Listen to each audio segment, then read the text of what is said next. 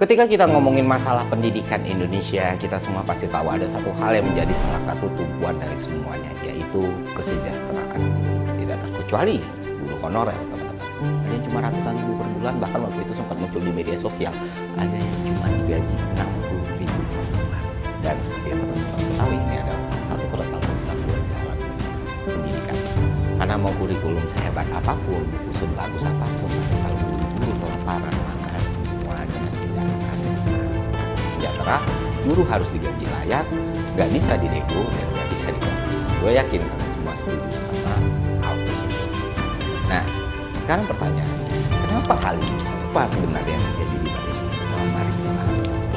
Dan untuk bikin pendidikan kita jadi bermutu, kesejahteraan guru kan harus terjamin. Tapi kenyataan di lapangan, guru honorer mendapatkan gaji yang jauh dari kata layak. Kemarin kalau kita cek berita ya di Hari Guru, Presiden kita Pak Prabowo Subianto itu sempat ngomong kalau guru honorer bakal dapat tunjangan sertifikasi sebesar 2 juta per bulan. Sebenarnya ini kan etikat yang bagus, political will yang baik, dan tentu kita sebagai masyarakat ataupun gurunya sekalipun ini hal yang baik dan positif lah, artinya ada kesejahteraan meningkat. Dan kalau kita lihat lebih detail lagi, tunjangan ini bisa didapat guru honorer yang sudah tersertifikasi atau lulus program pendidikan profesi. Dan teman-teman tahu ya, itu kan jadi salah satu bagian dari ASN dan PNS.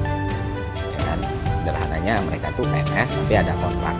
Tapi kontraknya dibatasi dalam periode waktu tertentu dan struktur organisasinya dan jenjang karirnya juga berbeda. Nah, penting untuk teman-teman ketahui jumlah slot untuk P3K ini sebenarnya disediakan oleh pemerintah pusat, termasuk anggarannya juga, termasuk operasionalnya juga. Tapi ternyata Pemda justru tidak menggunakan slot itu secara maksimal atau full. Selama beberapa tahun, angka formasi yang diusulkan di daerah selalu di bawah 50% dari target pusat.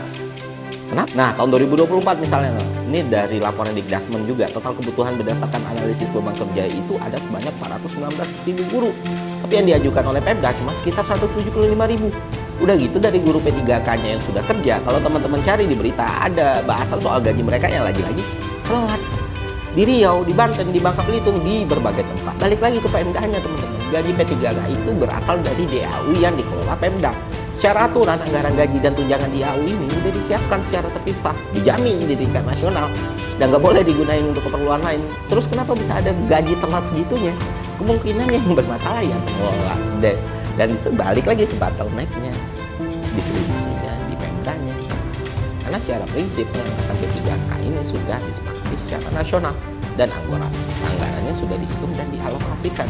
Seharusnya nggak jadi hambatan teknis yang masuk akal buat Pemda untuk nggak bayar gaji tepat waktu, dan itu yang terjadi di Republik kita. Nah, tapi terlepas dari tunjangan-tunjangan ini, bentuk ideal untuk memastikan guru itu digaji secara